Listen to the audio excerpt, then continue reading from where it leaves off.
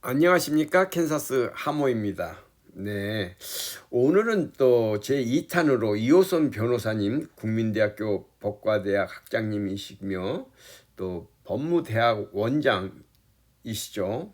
그러면서 인권센터 소장으로도 지금 열심히 지금 현역에서 일하고 계십니다. 이분은 작가이십니다. 또 여러 가지 논문과 또 이게 집필을 많이 하셔서 사회에 끼치는 영향력이 굉장하신 분이고, 또 이분이 지금 유튜브를 지금 운영하고 계시는데 아직 시작이 얼마 안 되셨나 봐요. 그래서 구독자가 그렇게 많지는 않지만 그래도 앞으로는 아마 몇십만 이상 될 것 같아요. 곧 그렇게 될 것 같습니다. 예, 이 우리 이호선 변호사님이 지금 운영하는 그 유튜브 그 이름이 이 뭐냐, 아드폰테스, 아드 ADFONTES, 아드폰테스. 이거는 이제 뭐 라틴어입니다. 라틴어에서 가지고 온 그런 아주 말씀인 단어인데요. 근본으로 돌아가자. 근원으로 베이직으로 돌아가자. 즉 종교개혁 시대에 부르짖던 구호입니다. 즉 그래서 신앙의 원천인 성경으로 돌아가자. 즉 back to the Bible. 그다음에 뭐 back toward an origin. 뭐 back to the basic, back to the Bible, 뭐 이런 뜻이 담겨 있는 채널을 지금 운영하고 계시니까 이분의 그 뭐라니까 그 정체라든가 이분의 그 가지고 있는 그 기본적인 그 뭐랄까 캐릭터나 이런 것이 그 컨텐츠는 여기서 읽어볼 수 있어요. 그리고 우리 저 이호선 변호사님이 많은 그 언론에다가 지금 그 주장하고 컨텐츠로 지금 내세우면서 지금 우리에게 깨우쳐주고 있는 것은, 저도 물론 여러 번 이 황색 저널리즘에 대해서 저는 유튜브를 많이 몇 편을 올렸죠. 이 황색 저널리즘에 대해서 아주 지금 여러 그 아주 체계적으로 이러한 것이 사회적 문제이고, 전 세계에서 이제 인간의 그 사상을 그 생각이나 그런 망가뜨리고 인격을 참 무시하고 살인하고 모욕하고 비방하고 하는 이러한 거짓이 날뛰는 것을 언론이 주로 주관하고 있기 때문에 이러한 언론을 황색 저널리즘이다 이렇게 저희는 알고 있지 않습니까? 뭐 신문, TV, 뭐 잡지, 뭐 SNS, 뭐 심지어 뭐 유튜브까지 포함한 많은 뭐 영화 뭐 이런 데서 많은 매스미디어들이 이 황색 저널리즘에 빠져서 자기들이 원하는 그 장기적인 그런 그 계획을 관철하기 위해서 사람들의 그 뭐랄까 인식 생각을 바꿔버린다는 거죠. 그러니까 창조 질서도 무너뜨리면서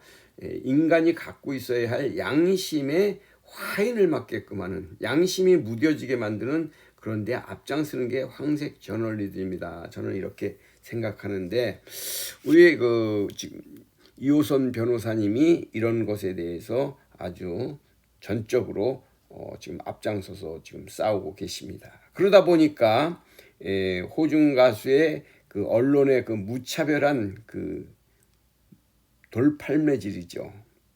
무차별한 그 언론의 그 하루도 쉬지 않고 쏟아지는 그 비난들, 그리고 그 조롱들을 보면서 호중 가수님에 대한 애틋한 무언가가 정의감이 살아나셨던 것 같아요. 이건 지금까지는 저의 생각이고요. 그래서 제가 이제 우리 그 이호선 변호사님이 직접 제 2탄을 쏘아 올렸습니다. 그래서 그것을 직접 제가 그 영상을 다 못 띄우고 음성으로 제가 보내드리겠습니다.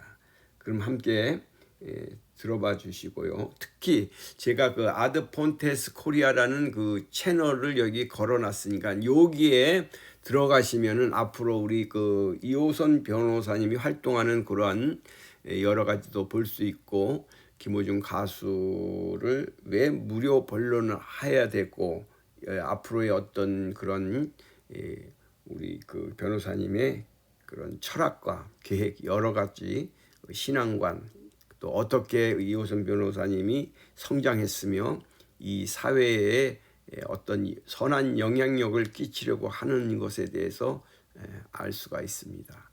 그렇게 긴 영상이 아니니까 처음부터 끝까지 한번 들어봐 주시고 많은 성원과 응원 부탁드립니다. 네, 캔사스 하모였습니다. 그럼 지금부터 이호선 변호사님의 말씀 한번 들어보세요. 왜 가수 김호중에 대한 무료 변론에 나섰는가?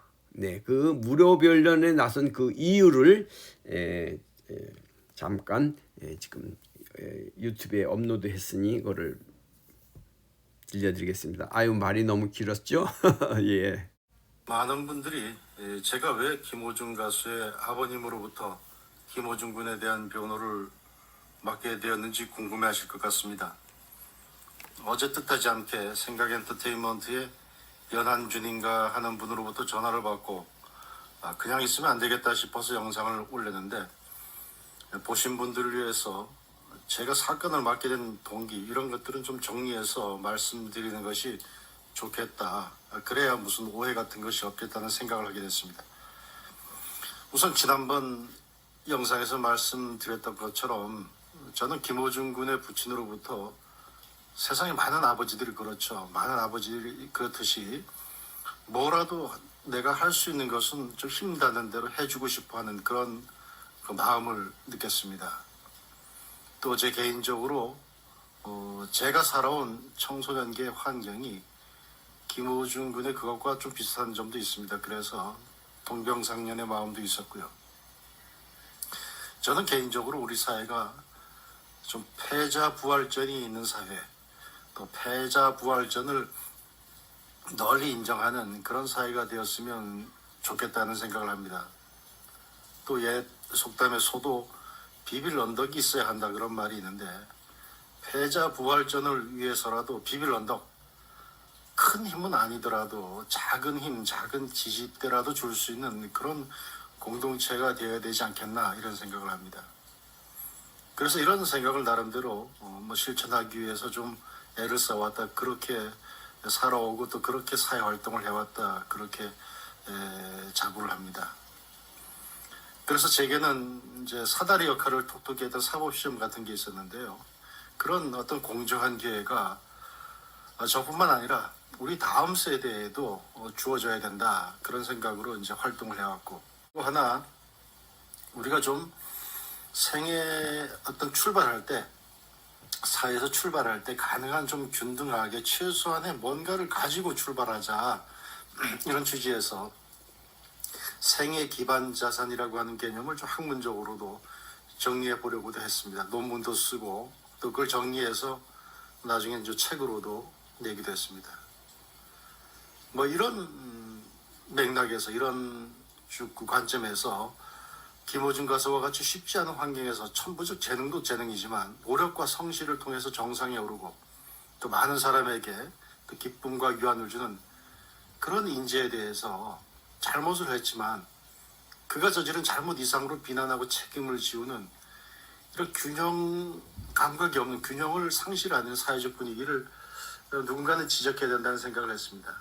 특히 한국 언론의 어떤 저질에 가까운 어떤 선동, 인격살인, 어떤 광풍과 같은 거죠.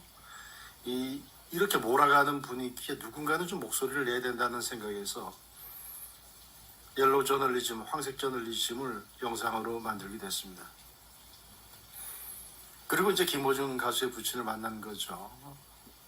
그러면서 직접 김호중 군을 변호하기로 마음을 먹었습니다.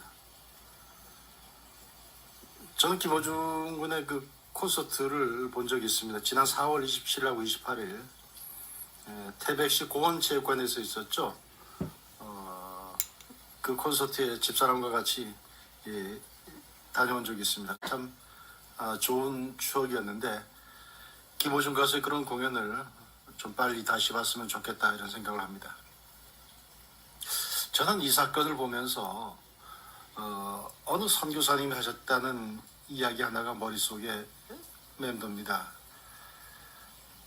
김호중 군을 뭐 접견하지도 못한 상태에서 제 나름대로 이렇게 생각하는 것이기 때문에 그런 점을 이해하고 들어주셨으면 좋겠습니다. 사실 누구 말 맞다는 아무것도 아닌 그저 벌금 얼마 내고 끝났을 일이 왜 이리 커졌는가?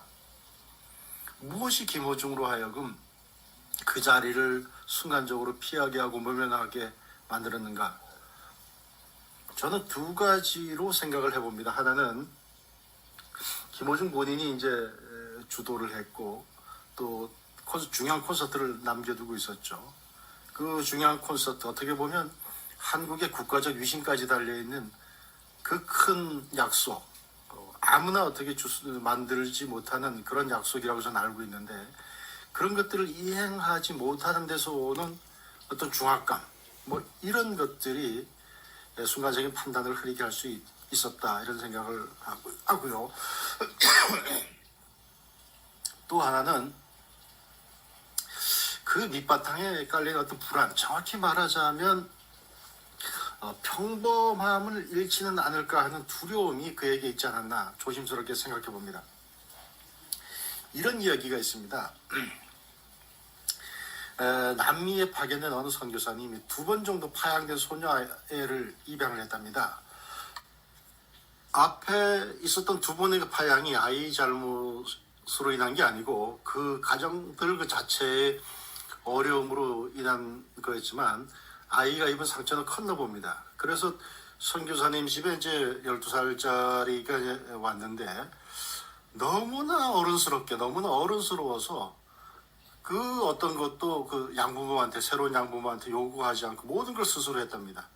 그런데 분명히 그 나이에 먹고 싶은 것도 있고 입고 싶은 것도 있고 하고 싶은 것이 있을 텐데 본인의 욕구를 한 번도 내보이지 않았답니다. 나중에 선교사님 부부는 이 아이가 원래 어른스럽기 때문에 또 성품이 그래서가 아니라는 걸 알았다고 합니다.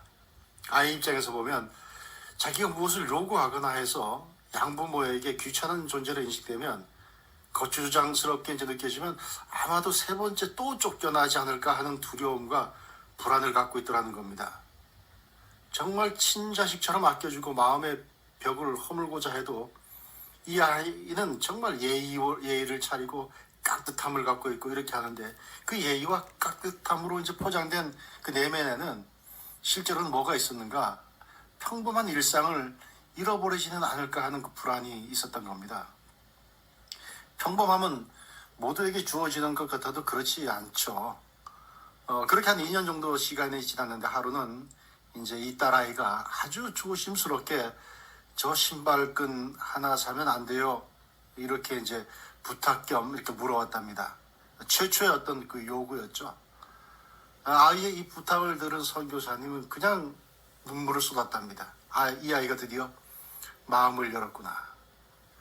저는 김호중 가수 사건에서 자꾸 이 이야기가 생각이 납니다. 갖고 싶은 것이 있어도 없는 것처럼, 하고 싶은 것이 있어도 없는 것처럼, 먹고 싶은 것이 있어도 없는 것처럼. 따지고 보면 이거 거짓이죠. 물론 우리가 미워할 수 없는, 비난할 수 없는 거짓입니다.